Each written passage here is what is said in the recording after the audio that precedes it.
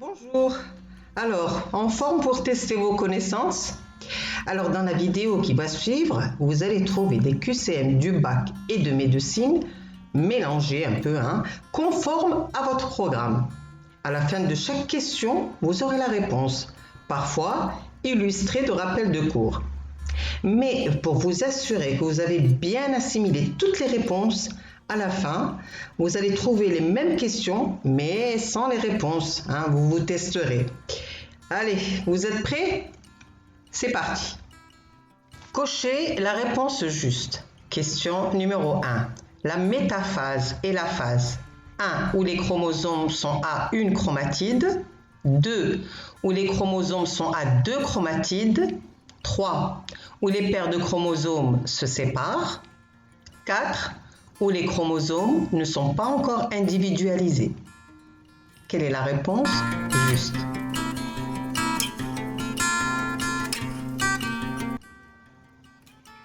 La réponse juste est la 2. La métaphase est la phase où les chromosomes sont à deux chromatides. On dit qu'on a des chromosomes doubles. Rappelez-vous ce mot double. Un chromosome à deux chromatides, c'est un chromosome double. Question numéro 2. La métaphase est la phase au cours de laquelle les chromatides de chaque chromosome se séparent et migrent vers les pôles opposés de la cellule. 2. Pendant laquelle l'ADN se condense en structure individualisée, les chromosomes. 3. Au cours de laquelle les chromosomes sont doubles à deux chromatides. Et 4. De séparation de cellules filles. Laquelle est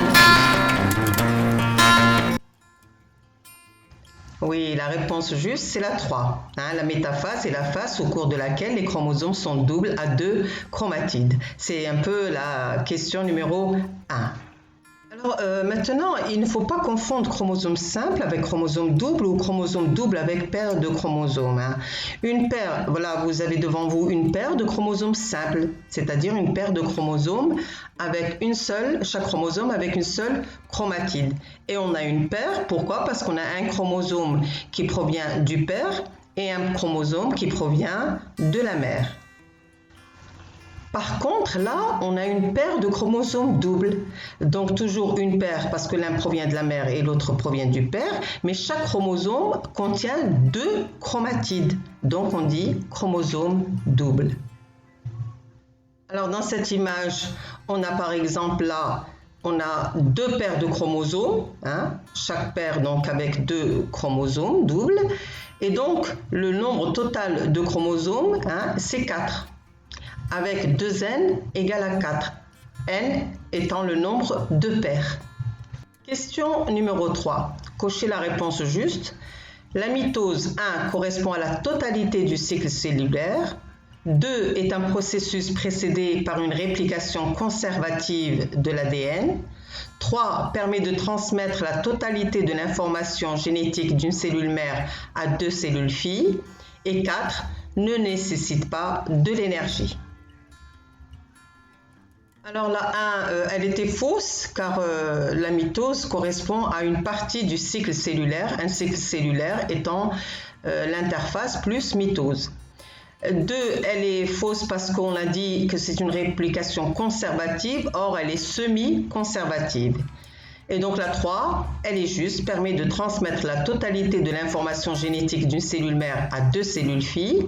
La 4 est fausse parce qu'au contraire, bien au contraire, la mitose nécessite de l'énergie et beaucoup d'énergie. Question numéro 4. Cochez la réponse juste. Les chromosomes 1 sont davantage condensés en mitose qu'en interphase. 2 possèdent deux chromatides en phase G1. 3 possèdent une chromatide en prophase. 4 sont constitués d'ADN et de glucides. Quelle est la réponse juste? Alors bien évidemment, la 1 et la juste, ils sont davantage condensés en mitose qu'en l'interphase. La 2, ils possèdent deux chromatides en phase G1, au contraire, ils ont un seul chromatide en phase G1. La 3, ils possèdent une chromatide en prophase, non, ils possèdent deux chromatides en prophase. Et la 4, ils sont constitués d'ADN et de glucides, c'est faux, ils sont constitués d'ADN et de protéines. Alors un bref rappel sur l'ADN, c'est l'acide désoxyribonucléique. C'est une molécule organique constituée de plusieurs nucléotides et il en existe 4 différents. Et bien sûr, c'est le support de l'information génétique. Alors, au moment d'une division cellulaire, aussi bien en mitose qu'en méiose, après s'être dupliquée, chaque molécule d'ADN se condense et devient visible au microscope sous la forme d'un chromosome. C'est au moment de la division cellulaire. Et là, vous voyez l'ADN qui s'enroule autour de protéines histones et qui forme donc un chromosome.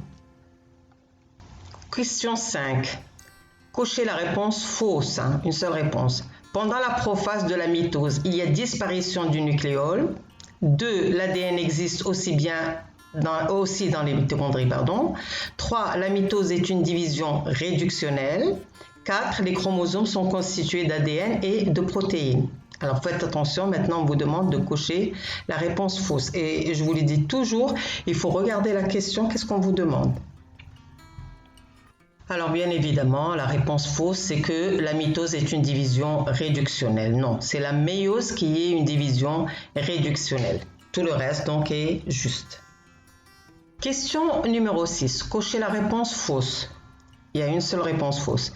Une cellule diploïde à 8 chromosomes, petit 1, devient haploïde à 4 chromosomes après la méiose. 2. Renferme 8 chromosomes simples durant la phase G1. 3. Renferme 8 chromosomes doubles durant la prophase 1 de la méiose. Et 4. Renferme 8 chromosomes doubles durant l'anaphase de la mitose. Oui, bien évidemment, c'est la 4. Renferme 8 chromosomes doubles durant l'anaphase de la mitose, c'est faux. Elle renferme 8 chromosomes simples durant l'anaphase de la mitose. Alors, si vous avez une confusion entre diploïde et haploïde, chez la plupart des espèces en reproduction sexuée, les cellules non sexuelles, cellules somatiques, possèdent les chromosomes en double exemplaire, donc des paires de chromosomes, dont l'un provient du gamète masculin et l'autre du gamète féminin. Et ces espèces, individus ou cellules sont dits diploïdes. Les gamètes, qui ne contiennent qu'un chromosome de chaque paire, sont dits haploïdes. Et si vous trouvez la formule de Zen égale 46, eh bien c'est une formule chromosomique qui indique que si les chromosomes de la cellule étudiée sont par paire, et combien il y en a. 2, c'est les chromosomes sont par paire, N, c'est le nombre de paires, et 46, c'est le nombre total de chromosomes. Donc ça, c'est diploïdie, la diploïdie. Question numéro 7. Cochez la réponse juste. La sérothérapie est un moyen de soutien au système immunitaire qui assure au corps 1. Une immunité active contre les antigènes. 2. Une mémoire immunitaire contre les antigènes. 3. Une protection instantanée contre les antigènes. Et 4. Des lymphocytes spécifiques contre les antigènes. Alors, quelle est la réponse juste? Il n'y en a qu'une seule. Alors évidemment, la réponse juste, c'est la sérothérapie confère une protection instantanée contre les antigènes. Alors peut-être que vous ne savez pas ce que c'est que sérothérapie ou bien vous avez oublié. Alors un petit rappel. La sérothérapie est le transfert de sérum. On injecte une aiguille contenant des anticorps dirigés contre un agent infectieux, une toxine donnée, pour aider un organisme déjà infecté à neutraliser cet agent. C'est pas comme le vaccin, l'individu n'est pas infecté et on le vaccine. Alors la protection est immédiate mais peu durable, 15 jours environ. Pour obtenir une protection à long terme, il est nécessaire d'entreprendre une vaccination. Quand le vaccin existe, bien sûr, pour le corona, pas de vaccin et on est confiné à la maison. Alors, rappelez-vous vraiment ce que c'est la sérothérapie. Il y a beaucoup de questions à ce sujet. Alors, je répète encore une fois, l'injection de sérum enrichi d'anticorps spécifiques à l'agent infectieux constitue une méthode d'urgence permettant d'agir vite et de pallier au retard de la réaction immunitaire propre à l'individu. Cependant, si cette injection de sérum, bien qu'elle procure une immunité spécifique immédiate, est une immunité passive, n'étant pas apportée par l'organisme lui-même et surtout peu durable. Question numéro 8. Cochez la réponse juste. La mémoire immunitaire se manifeste par 1. Des anticorps qui persistent longtemps à forte dose dans le corps. 2. Des plasmocytes qui sécrètent de grandes quantités d'anticorps pour une longue durée. 3. Des lymphocytes spécifiques sensibilisés qui persistent longtemps dans le corps. 4. Des antigènes que l'organisme garde longtemps dans les organes lymphoïdes. Quelle est la réponse juste? Alors la réponse juste c'est la 3, des lymphocytes spécifiques sensibilisés qui persistent longtemps dans le corps, très longtemps, des années. Donc ça c'est la mémoire immunitaire. Alors aussi bien les lymphocytes B que les lymphocytes T. Alors pour les anticorps il n'y a pas de mémoire. Les anticorps aussi appelés immunoglobulines IG sont des protéines de l'organisme, elles vont être détruites après, qui sont produites par les lymphocytes B et des cellules qui en dérivent appelées plasmocytes. Donc lymphocyte B se transforme en plasmocyte. Et on distingue plusieurs types d'anticorps selon leur composition, IgG, IgM, IgA, IgD et IgE. Et je le répète, les anticorps ne restent pas longtemps dans le corps, elles sont après détruites. Et le rôle de ces anticorps est de reconnaître un antigène étranger afin de le neutraliser. La structure de base que vous devez connaître des anticorps, il y avait une question dans les QCM de médecine, on demandait la structure. Eh bien, la structure de base des anticorps est constituée de 2 chaînes polypeptidiques légères identiques et de 2 chaînes polypeptidiques lourdes identiques reliées entre elles. Voilà l'image. Alors, une question qui est un peu difficile. Alors, si vous répondez à cette question, alors là, bravo. Les lymphocytes TC reconnaissent les cellules infectées suite à la liaison 1. Du récepteur T et du marqueur CD4 avec le déterminant antigénique et le CMH de classe 1. 2. Du récepteur T et du marqueur CD8 avec le déterminant antigénique et le CMH de classe 1. 3. Du récepteur T et du marqueur CD4 avec le déterminant antigénique et le CMH2. 4. Du récepteur T et du marqueur CD8 avec le déterminant antigénique et le CMH2. Alors, j'avoue franchement que ce QCM, là, cette question numéro 9, elle porte à confusion pour la plupart d'entre vous, donc soyez rassurés. Mais vous devez les apprendre par cœur. Il y a une réponse juste, vous devez la connaître. Alors, la réponse juste, c'est la 2, du récepteur T et du marqueur CD8 avec le déterminant antigénique et le CMH de classe 1. Alors, je vais vous rappeler un peu pour les lymphocytes. Lymphocytes T sont responsables de l'immunité cellulaire contre des cellules, contre les bactéries, les cellules cancéreuses. Elles sont reconnues comme étrangères et sont détruites par les lymphocytes T. Et les lymphocytes B, eux, ils jouent un grand rôle dans l'immunité humorale en fabriquant des protéines appelées anticorps. Un lymphocyte B se transforme en plasmocyte et il fabrique des anticorps. Ce sont les récepteurs CD4 et CD8, entre autres, qui sont utilisés comme marqueurs pour identifier les différents types de lymphocytes T. Alors CD4 pour LTH, LPER, et CD8 pour LTC. Et rappelez-vous que le rôle des lymphocytes T auxiliaires, LT, LPER, LTCD4, LT4, tout ça, c'est la même chose. Ils activent les lymphocytes B ou les lymphocytes T cytotoxiques, les LTC ou TC, ou encore des agents de l'immunité non spécifiques, cellules NK et monocytes, macrophages, par l'action des médiateurs chimiques qu'ils produisent, les cytokines. Alors ça, c'est le rôle des lymphocytes auxiliaires. Les LT cytotoxiques, ou LTC, ou TC tout court, ou LTCD8, LT8, eh bien, ils détruisent les cellules infectées par des virus ou des parasites intracellulaires. Question numéro 10. Cochez la réponse juste. Le complexe humain se forme par la liaison 1. Les lymphocytes TC et les antigènes. 2. Le complément et les antigènes. 3. Le complément et les anticorps. 4. Les anticorps et les antigènes. Quelle est la réponse juste? Eh bien, la réponse juste, c'est la 4. Les anticorps et les antigènes, lorsqu'ils sont liés, forment un complexe humain. Alors, on passe maintenant à un autre thème. Question 11. Cochez la réponse juste. La transformation d'une molécule de glucose en 2 molécules d'acide pyruvique au niveau du hyaloplasme s'accompagne d'une 1. Réduction de 2 NADH+ et de production de 4 ATP dans la matrice. 2. Oxydation de 2 NADH+ et de production de 4 ATP. 3. Oxydation de 2 NAD+, et de production de 2 ATP. 4. Réduction de 2 NAD+, et de production de 2 ATP. Cette question est souvent donnée dans les examens de médecine. En effet, la réponse juste, c'est la réduction de 2 NAD+, et de production de 2 ATP. Alors, on va faire un petit rappel de cours très bref. La respiration est composée de 3 étapes en général. La glycolyse qui a lieu dans le hyaloplasme, le cycle de Krebs dans la matrice mitochondriale et la chaîne respiratoire mitochondriale dans la membrane interne des mitochondries. La glycolyse, c'est la dégradation du glucose pour donner 2 molécules d'acide pyruvique avec une réduction de NAD+, donc on a 2 NADH+, et on a la production de 2 ATP. Alors bien sûr, elle se fait en absence ou en présence d'oxygène. Elle s'en fout, elle, qu'il y ait ou pas de l'oxygène.